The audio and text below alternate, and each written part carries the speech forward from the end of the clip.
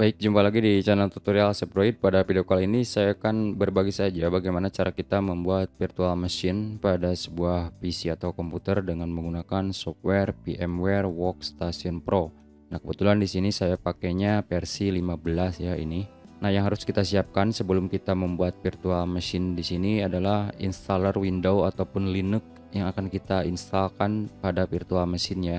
Silakan nanti di-download di Google atau di situs resminya. Sebagai contoh, saya akan menggunakan Windows XP Service Pack 3 ya ini untuk coba diinstal di virtual machine.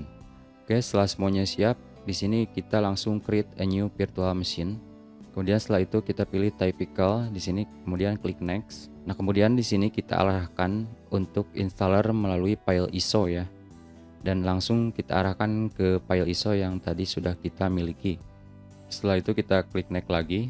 Nah, di sini pada bagian window product key silakan dimasukkan ya, biar nantinya nggak ditanya pas install seperti itu. Dan untuk bagian password di sini saya akan biarkan kosong. Kemudian setelah itu klik next. Nah, di sini silakan dinamai virtual machine-nya sesuai keinginan. Nah, untuk lokasinya biasanya saya taruh di SSD ya, biar nanti cepat saat installnya. Misalnya ini di C, kita bikin new folder di sini, misalnya di sini VMware seperti itu ya, biar nanti mudah ditemukan. Setelah itu klik OK di sini. Kemudian di sini klik next. Nah, untuk maksimum disk yang digunakan untuk virtual machine ini silakan disetting di sini. Saya akan ubah ini ke 30 GB saja. Kemudian untuk bagian ininya saya akan pilih yang single aja ini ya, biar nggak acak-acakan nanti. Kemudian setelah itu klik next. Nah, setelah sampai di sini kita jangan dulu klik finish, namun kita pilih ini ya, customize hardware. Yang pertama untuk RAM atau memori. Di sini saya akan naikkan sampai kurang lebih 2 GB nih ya. Karena RAM di komputer saya ini 16 GB, jadi ini cukup ya. Biar nanti virtual mesinnya tidak lemot. Kemudian kita alihkan ini ke bagian prosesor. Nah, untuk number of processor kita pilih 1 di sini ya, karena prosesornya cuma ada 1. Namun untuk jumlah core yang digunakan, karena saya pakainya 4 core untuk prosesor di PC ini, saya akan pilih setengahnya itu 2 core saja ya, biar nantinya nggak memberatkan sistem juga ya gitu ya pas install virtual machine. Dan kalau misalnya pilih 1 core itu terlalu sedikit, nantinya virtual machine-nya bisa lemot seperti itulah. Jadi saran saya sih untuk number of core prosesor ini jumlahnya itu setengahnya dari jumlah core yang ada pada prosesornya ya. Baik, setelah itu kita klik close aja di sini ya. Kemudian klik finish ya di sini untuk memulai instalasi Windows.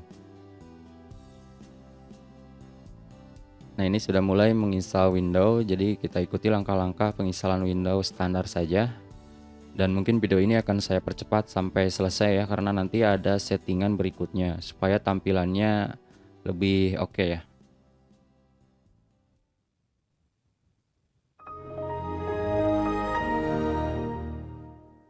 Baik, ini dia sudah terinstall ya di sini untuk Windows XP-nya pada virtual machine.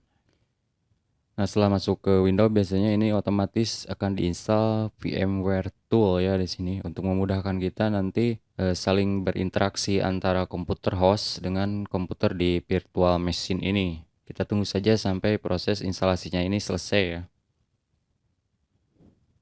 Baik, setelah instalasi selesai, kita bisa tampilkan ini full screen ya dengan cara mengklik ikon yang ada di atas ini, enter full screen mode nih. Dan untuk keluar dari full screen, kita bisa klik ikon ini lagi ya. Nah, di sini masih kecil ya. Bagaimana caranya supaya tidak kecil seperti ini ya?